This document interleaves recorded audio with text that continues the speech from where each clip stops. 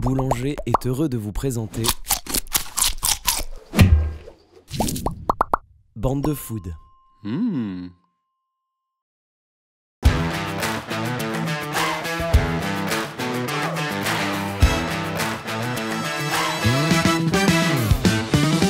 Bienvenue pour ce nouvel épisode de Bande de Food. Nous sommes à Paris, sur la plus belle avenue du monde. Non pas les Champs-Élysées, mais la Seine. On est en train de voguer dans un lieu merveilleux, le Don Juan 2, le bateau-restaurant de Frédéric Anton. Salut Frédéric. Salut. Chef multi-étoilé, 3 étoiles au Pré-Catlan, 1 étoile ici, seul bateau étoilé au monde. Exactement. Et puis au Jules Verne, à la Tour Eiffel, tu es un petit peu le chef d'état-major de la gastronomie française, puisque tu as une brigade dans le ciel, une brigade sur mer et une brigade sur terre. Avec nous, on a Tara Pidou, de la Maison aux Plumes, au royaume des 7 pâtisseries. Un nom aussi léger que tes pâtisseries désucrées, on va en parler dans un instant. Il y a Benjamin, que je connais bien, qui nous a beaucoup aidé sur le démarrage de Bande de Food. Merci Benjamin, qui est à la fois détectrice de chefs, et pas des moindres, puisque c'est toi qui as repéré Cyril Lignac.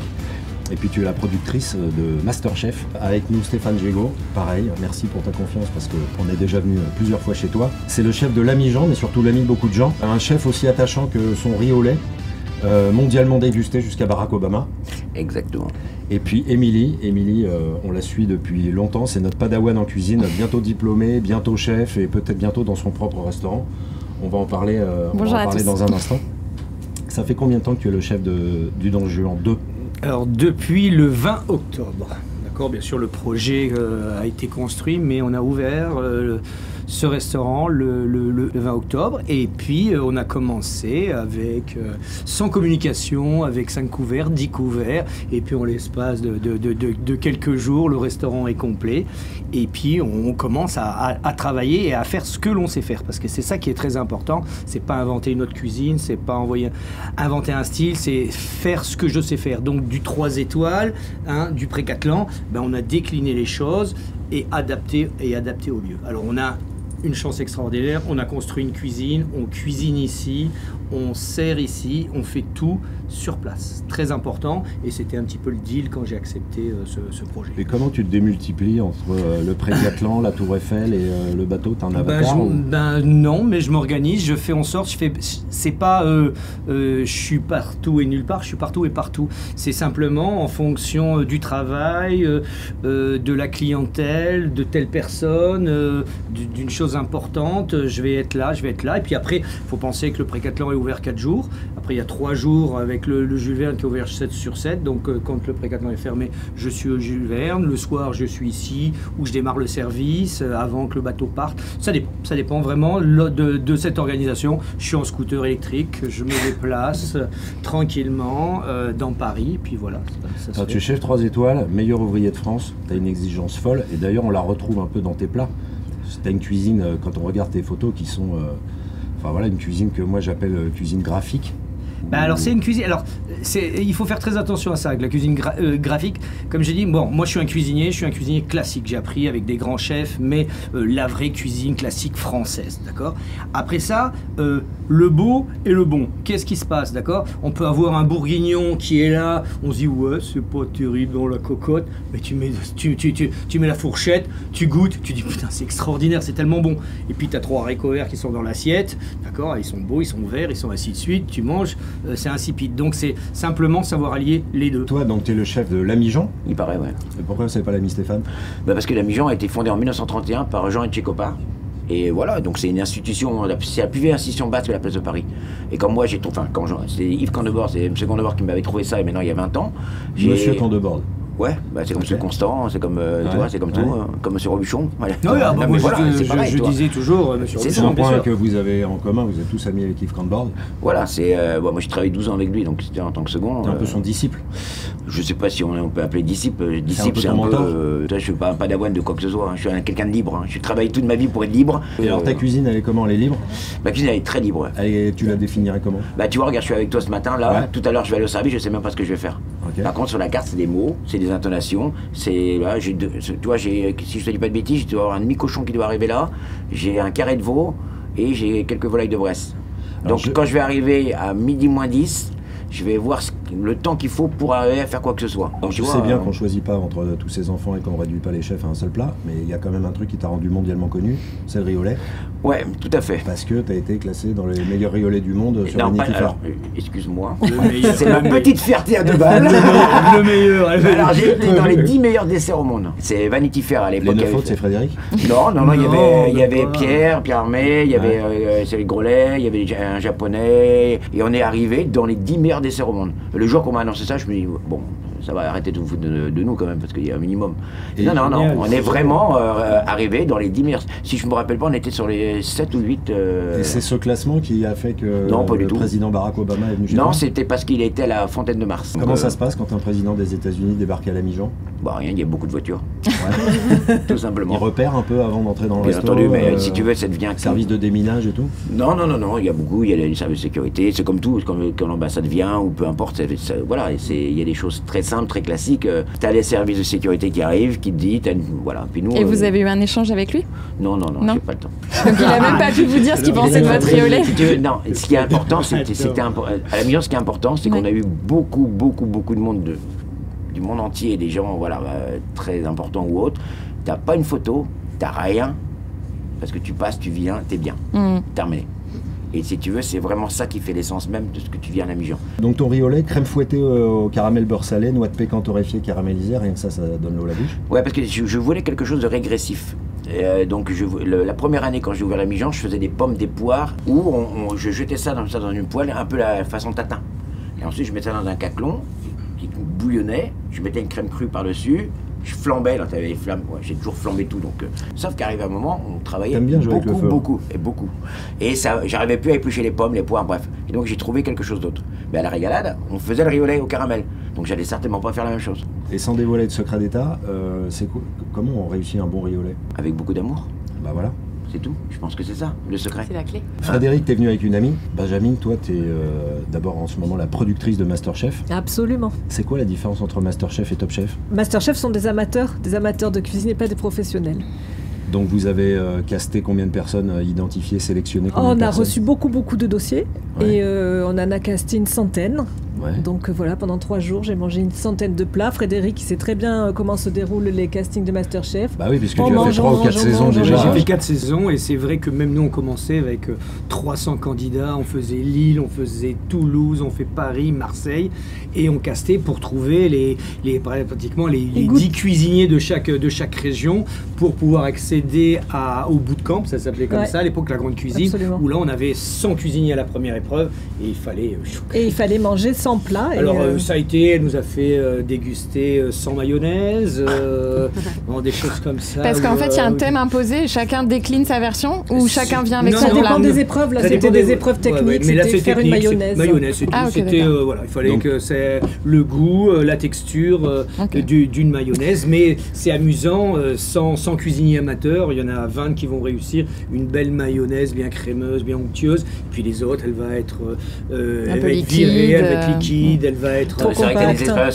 tu te rappelles, on avait été à Marseille pour une épreuve où il y avait le Mistral, il faisait extrêmement froid, et je me rappelle d'une personne qui a fait les oreilles de cochon roulées, sauf qu'elle n'avait pas cuit les oreilles de cochon.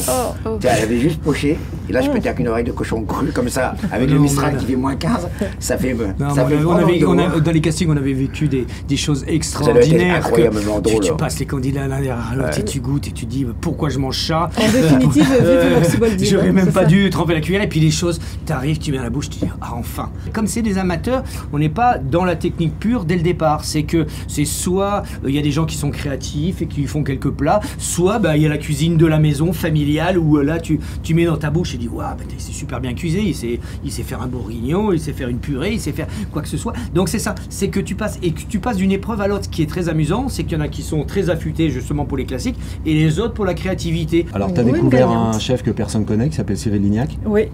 En 2003. Mais comment t'as fait pour trouver cette petite pépite? Oh, c'était compliqué parce qu'en 2003, c'est Bibiane Godefroy qui me demande de trouver le Jamie Oliver à la française. Et à cette époque, je suis directrice de casting et je cours Paris et ses cuisines. Et je me fais virer d'absolument toutes les cuisines de Paris. Parce qu'on m'explique qu'un cuisinier, ça passe pas à la télé. Un cuisinier, ça sort pas de sa cuisine. Non, je ne suis pas venue à la Mijon. Voilà. C'est vrai. On va réparer cette erreur. C'est vrai. Je suis allée chez Christian Etchebest. Ouais. Pas chez Philippe, mais chez Christian à l'époque. Et bref, personne ne veut faire de la télé avec moi. Et donc, je demande à une amie qui s'appelle Sandra de Mathéis. Et je dis, Sandra, j'arrive pas à trouver de chef, t'en connais pas un? Ah bah si, va voir Cyril chez Cathy Guetta à l'époque.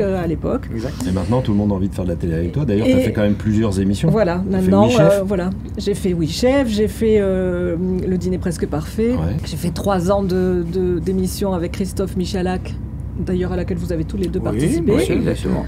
3 ans de Masterchef. C'est très sympa en plus. Hein. Ouais. Et c'est elle qui nous a casté, qui m'a casté, Ouais. hein, qui est venue X fois au Pré-Catelan pour que je fasse la télé. Moi, pareil, je ne voulais pas, je les ai fait partir. Il a été pénible. J'ai été pénible plusieurs fois parce que je ne voulais pas. Avec ton amabilité professionnelle. Ouais. Ouais, peut-être ça, mais c'est pas ça, c'est pareil. Dans ma tête, c'était pas prêt. Et je vais raconter, tiens, juste une petite anecdote comme ça. Ouais.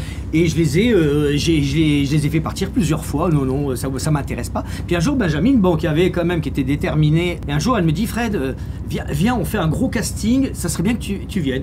Moi, pas du tout motivé. Pareil, j'arrive en jean, en t-shirt, pas rasé. Je viens faire le casting. Et là, je vois tout le monde. Tous les chefs, sans citer le nom, mais de Yves, à Jean-François Piège, à Yannick Aleno, à Frichon, à machin. Et là, je suis tout sauf bête. Et je dis, s'ils sont tous là, il faudrait peut-être que tu réfléchisses 2 minutes et que tu dises pas non tout de suite comme ça.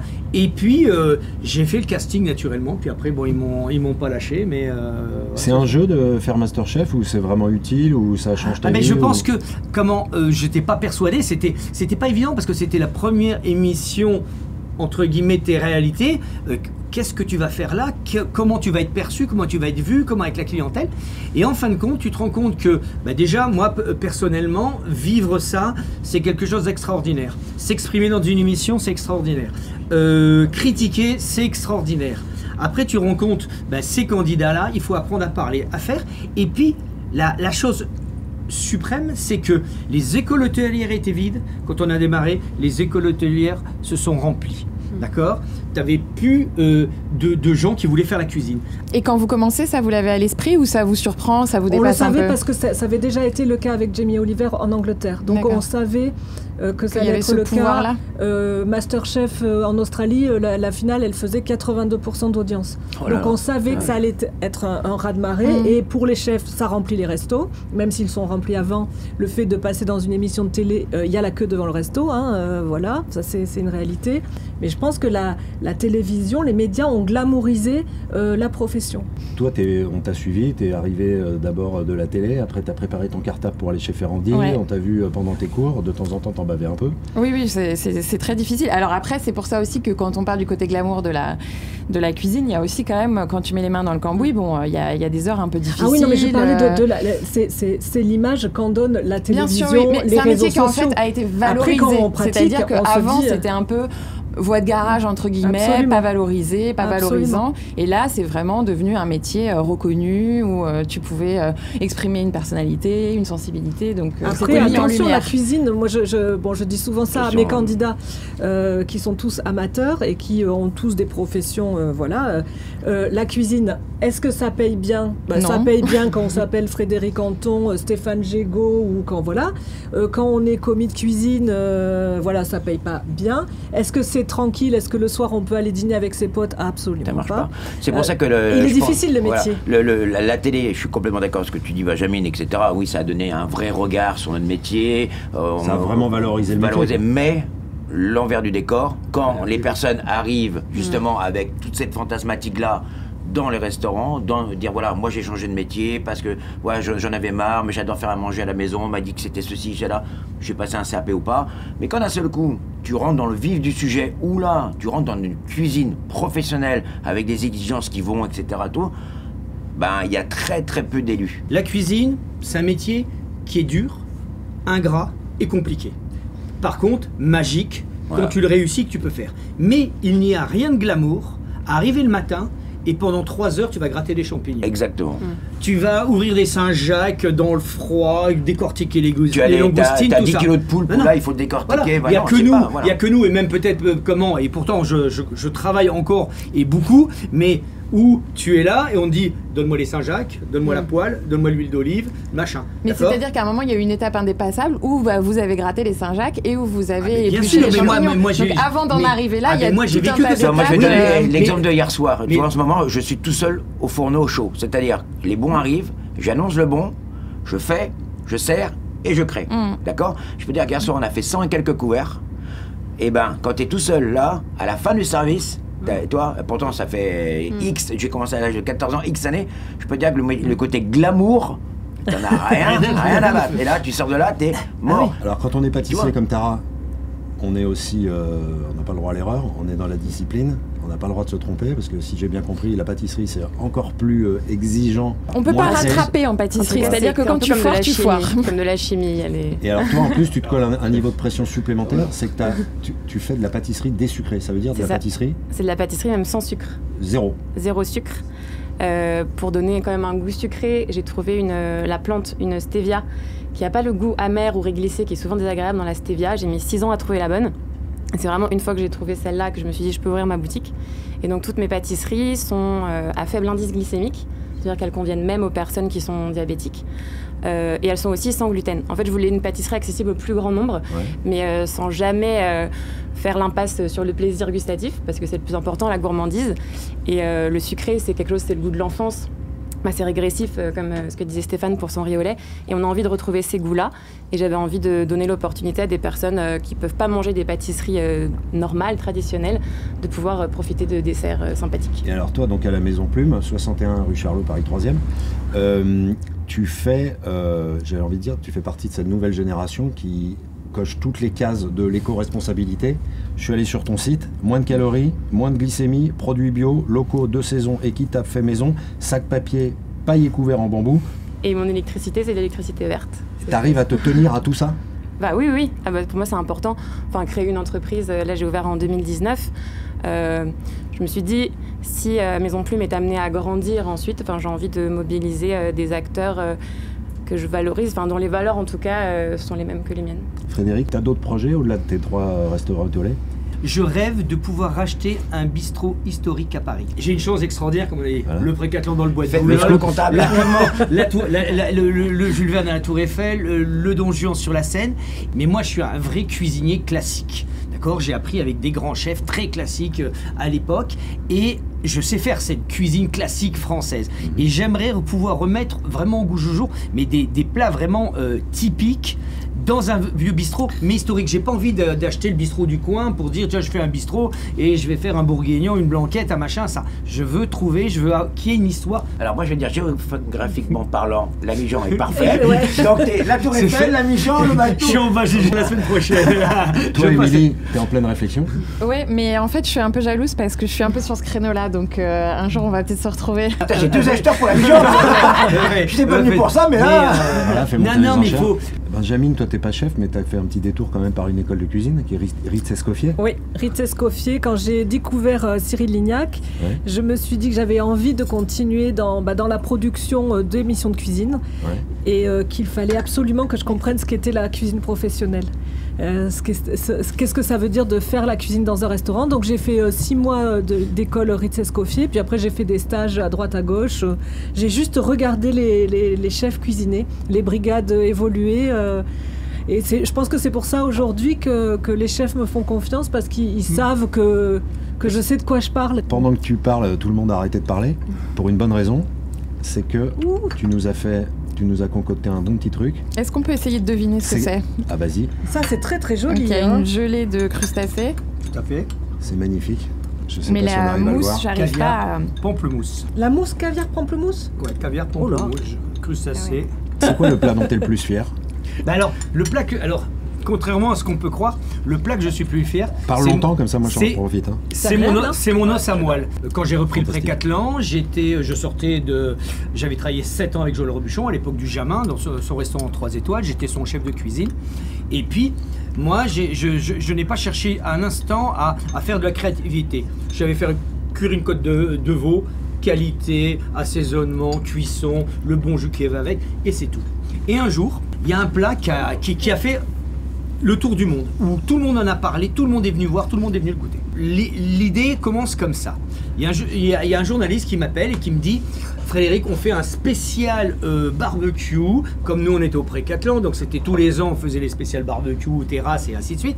Et il me dit « J'aimerais que tu me fasses un plat. » Et bien sûr, il me sort, il me dit « Ouais, surtout, tu me fais pas style des sardines, des brochettes ou quoi que ce soit. » Je sors de mon bureau. Il y avait des os à moelle dans la cuisine du Pré-Catelan. Pourquoi? Je n'en sais rien. La grillade était à côté. Je prends la samoile, je l'assaisonne et... Comme on peut le voir. Je le mets sur la grillade. Je cuis des pommes de terre, je prends les grosses pommes de terre, épaisses comme ça, je cuis pareil sur la grillade. Quand la pomme de terre est cuite, l'os est cuit, je verse la moelle sur la pomme de terre et on mange ça comme ça. Qu'est-ce que je me retrouve au lieu du pain? Je me retrouve avec la pomme de terre.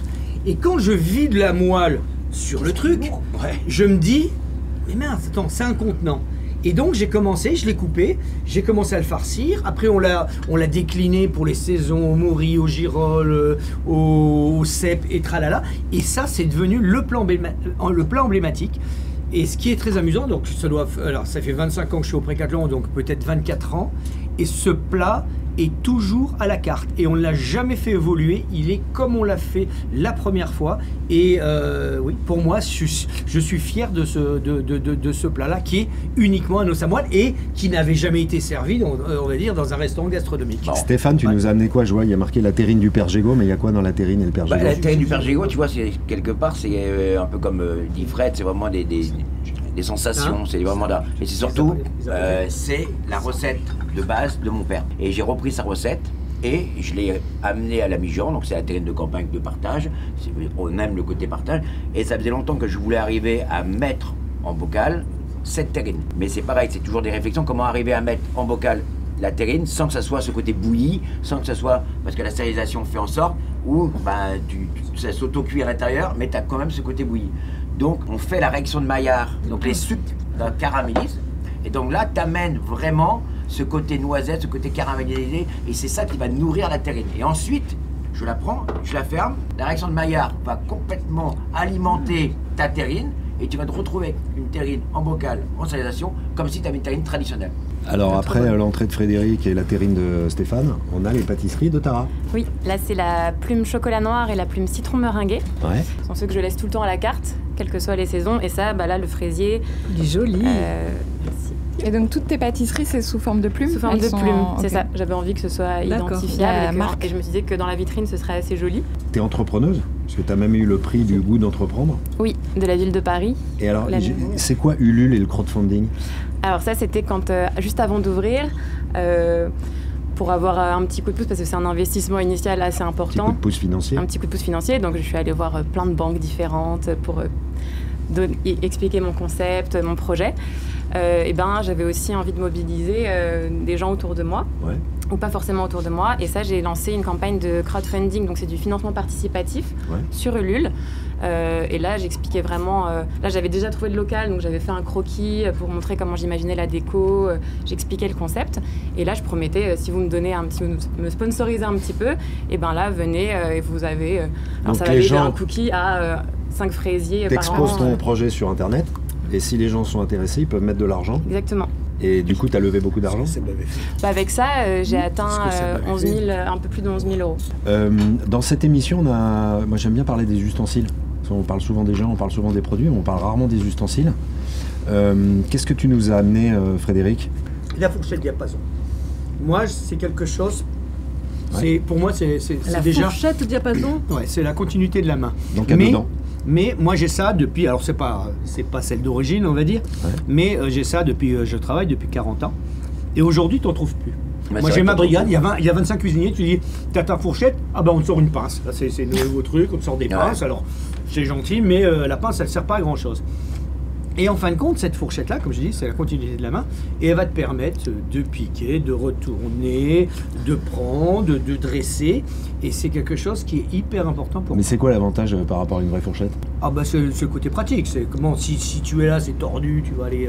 non mais il y a un côté, voilà, c'est vraiment comme Fred a raison, c'est une continuité de la main. Moi j'en ai une qui date depuis ça fait plus d'un temps. Le manche, elle est bleue, elle est à moitié brûlée, mais je ne peux pas faire mon service si je ne l'ai pas. C'est vraiment le truc... Et je pense que bon, c'est une autre génération, je pense que nous on a appris à travailler comme ça, mais les jeunes, ils ont une pelletex, ils ont une pince. Moi, tu me donnes ça et tu me donnes une pince, là, de chirurgie, je prends ça. Toi Stéphane, c'est le briquet, t'aimes bien mettre le feu en cuisine quand même? Ouais, moi le chalumeau me parle bien, si tu veux.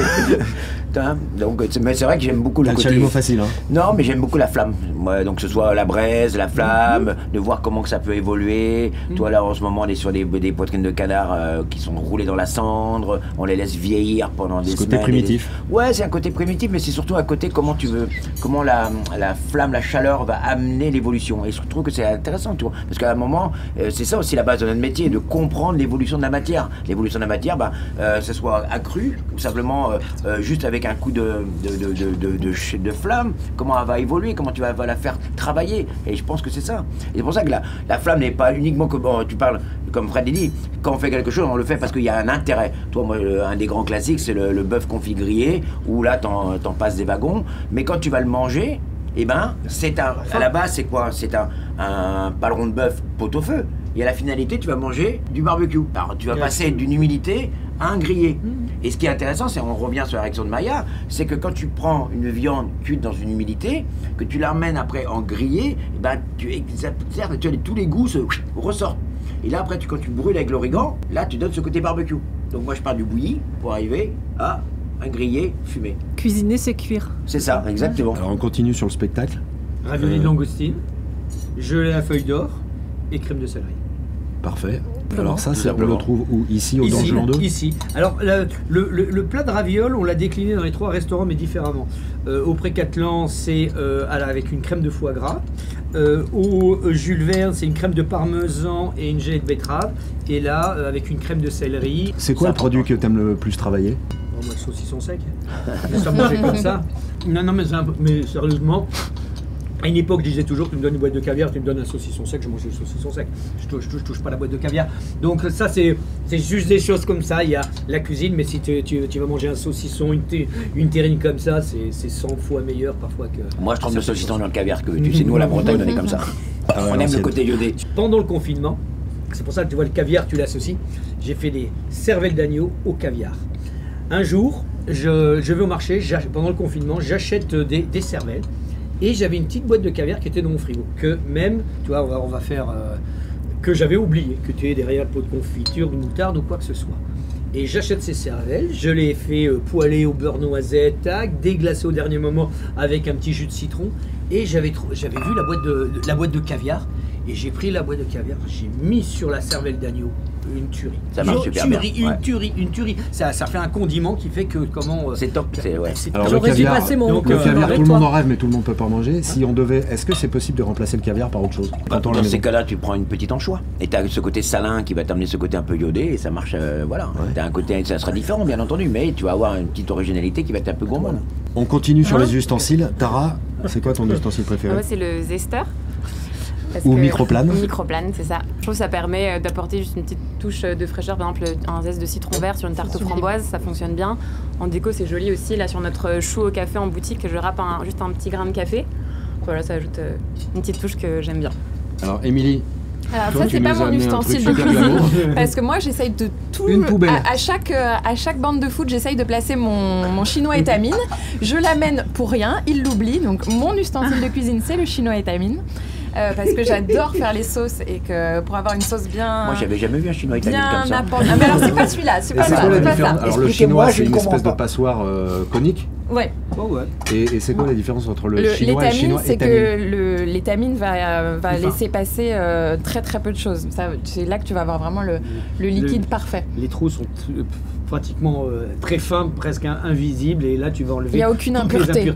Ça donne la texture très soyeuse. Donc ça, c'est mon ustensile préféré. Mon gadget, ce qui n'est pas un gadget dont on parlait avant, C'est ma poubelle à compost. Donc j'imagine que vous êtes très sensible au compost dans vos maisons. Tout à fait. Voilà. Ouais. Donc en fait, les déchets alimentaires représentent un tiers des déchets ménagers. Si tu prends un tiers de ce que tu produis en déchets chez toi, il y a un tiers que tu peux facilement recycler parce que ça va être ce que tu n'as pas fini dans ton assiette, tes épluchures de légumes, quand tu as du gras de viande, les coquilles d'œufs, etc., etc. Et donc en fait, tu mets tout ça dans une poubelle. Alors moi, elle ressemble à ça, mais tu peux mettre dans n'importe quel contenant en fait. Et après, ça peut soit faire du biogaz, parce que le compost est transformé en énergie. Donc, grosso modo, on peut faire rouler des bus avec de la peau de banane, ça c'est vrai. Ou alors enrichir la terre et donc se passer des engrais chimiques et utiliser des engrais naturels. Il y a certains restaurants qui aujourd'hui n'ont pas de poubelle, je pense à Alessandra Montagne, mais un composteur dans leur cuisine. Elle met tout au compost, voilà. Un jour, j'avais un repas assez important et justement sur un peu le gaspillage. Et au centre de la table, j'avais mis un chou-fleur, mais dans tous ses états. Donc, le chou-fleur entier, l'écosse du chou-fleur, les sommités de chou-fleur, les tiges de chou-fleur, ainsi de suite, tac, tac, tac, comme ça. Non, cru, au milieu. Ça a même été pris pour... Ah bah tiens, c'est la déco florale de la table. Et je me suis amusé à ça, et en fin de compte, par exemple, alors on va prendre un truc bête, une crème du Barry, et je vais expliquer, j'avais fait un petit flan avec l'écosse qui était verte, j'avais pris ainsi de suite, et à chaque fois que le client dégustait quelque chose, vous mangez ça, vous mangez ça, vous mangez ça. Et en fin de compte, tu te retrouves que ton chou-fleur, tu l'as utilisé à 100%, et les déchets, ils sont où ? Ils sont là, et c'est le client qui repart avec. Mais aujourd'hui, tu prends une carotte, tu l'épluches. Les épluchures, tu vas les mettre à sécher et tu vas en faire une petite chapelure.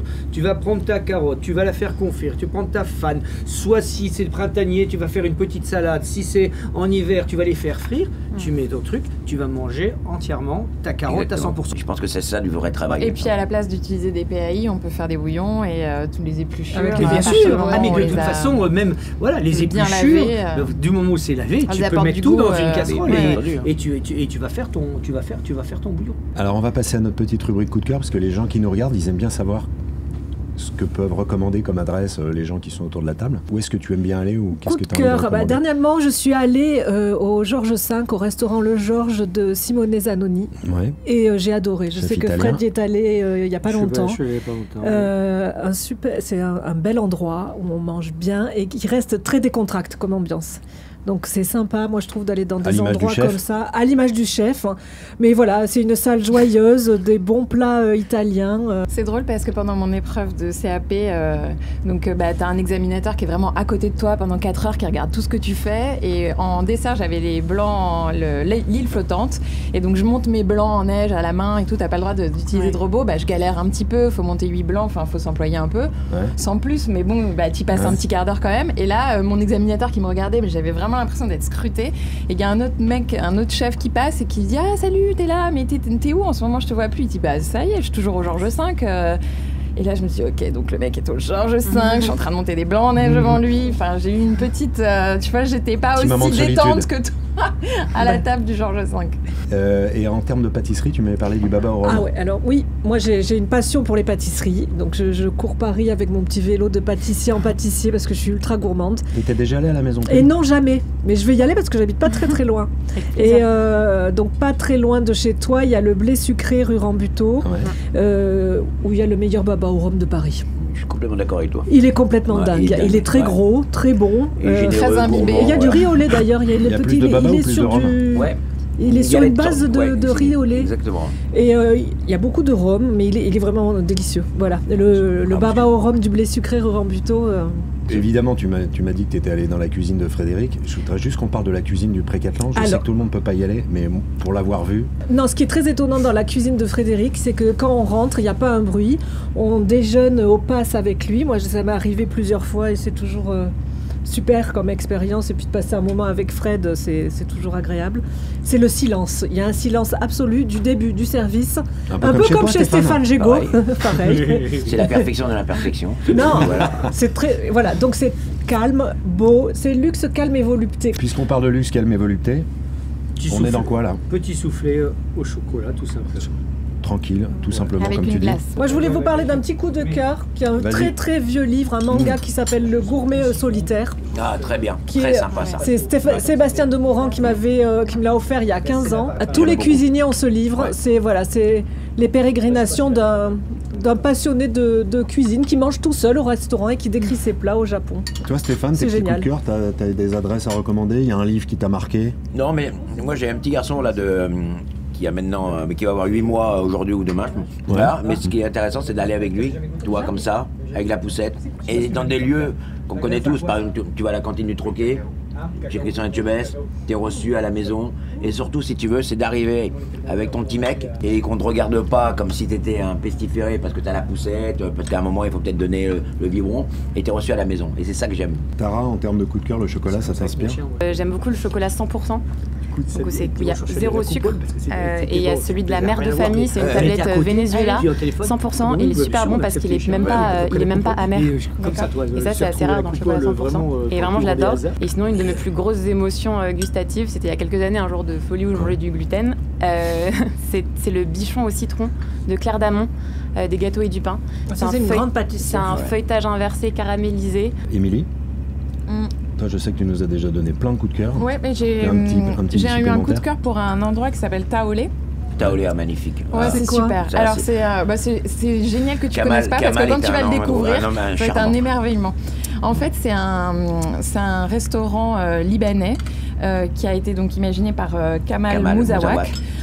Il avait imaginé ça à Beyrouth et en fait le but c'est-à-dire tout ce que j'aime dans la cuisine, réunir les gens. Et lui, de son pays meurtri évidemment par la guerre, avec différentes nationalités, différentes cultures, différentes religions, il a essayé de réunir tout le monde en cuisine et chaque jour tu cuisines une cuisine différente du pays. Donc par exemple le lundi ça va être la cuisine du sud, le mardi la cuisine des montagnes, le mercredi la cuisine d'une autre région. Enfin, vraiment, tu as toutes les patchworks de la cuisine qui vont se réunir dans un même endroit. C'est sous forme d'un buffet, donc c'est hyper généreux, c'est comme à la maison. C'est une cantine épicerie, donc tu as aussi une partie où tu peux acheter des produits, de la fleur d'oranger, du très bon za'atar, de la mélasse de Grenade. C'est rue de la Fontaine-au-Roi à Paris. Bah, c'est pas très loin de chez toi, je pense. Dans le 11e. Voilà. Carrément, ouais. Ah, mais c'est extraordinaire. Et l'ambiance est extraordinaire, c'est très chaleureux. Alors, taolé, ça veut dire table. Et donc, quand tu arrives, il y a une immense table. Alors si tu viens avec 10 potes, vous mangez tous les 10 là, c'est génial. Tu peux aussi te retrouver si tu viens qu'à 3 avec des gens que tu connais pas, donc ça crée des rencontres, ça crée de l'échange, du partage, la cuisine quoi. Si tu vas chez des potes, tu ramènes quoi? Parce qu'à Paris, on ramène tout le temps des fleurs et des bougies, ça devient un peu facile. Non, il n'y a pas très longtemps, tu arrives avec ta panière de cochonaille, des terrines, tu mets ça autour de la table, ta planche, ton pain, et puis tu n'as pas besoin de réfléchir, et puis pendant que tout se fait, tu partages tout simplement. Toi, quand tu vas chez des amis, j'imagine que tout le monde s'attend à ce que tu arrives avec le des dessert, oui. Assez régulièrement, effectivement. Ou un petit cake pour le petit-déj du lendemain. Et toi, Benjamin? Moi, j'apporte jamais de vin parce que j'y connais rien en vin. Ouais. Et puis, moi, je suis vieille France. Je trouve que c'est pas très bien élevé de rapporter à boire et à manger chez les gens. Ça veut dire qu'on considère qu'ils sont pas capables de vous nourrir correctement. Des fois, quand tu vas à des endroits... Et toi, Frédéric, tu ramènes le petit soufflé au chocolat comme ça, parfaitement Non, mais Frédéric ne se fait pas inviter à Frédéric n'a pas d'amis. Parce que les gens ont la trouille de lui faire à manger. Moi, j'amène rien parce qu'on m'invite plus. Parce que tu fous la j'ai tellement refusé à chaque fois, Fred, tu viens manger, ainsi de suite. Et je dis non, je peux pas, je travaille. Qu'on m'invite maintenant, tu viens pour le café. Donc, du coup, je vais pas ramener une bouteille juste pour le café, donc je ramène rien du tout. Mais tu fais quand même des petites soirées chez toi ou t'as le temps ou... Ouais, plus dans ma cuisine. Alors c'est quelque chose que j'ai fait justement quand Benjamin dit qu'elle est venue manger à plusieurs reprises dans ma cuisine. C'est que ça a été toujours ce que je viens de dire, non je peux pas, j'ai pas le temps, je peux pas sortir, j'ai du boulot. Et en fin de compte, les gens viennent au Pré-Catlan, viennent dans ma cuisine. Fred, je suis dans le coin, je suis dans le bois de Boulogne, je peux m'arrêter, tac comme ça. Donc cette convivialité, je la fais ça. Mais bien sûr que je reçois aussi chez moi, que je suis invité. Alors c'est vrai que c'est un peu le grand must quand on va dans des restaurants, c'est d'être invité un peu à la table du chef, dans la cuisine. Mais moi j'ai une chance extraordinaire, c'est une table qui est à 1 mètre du passe.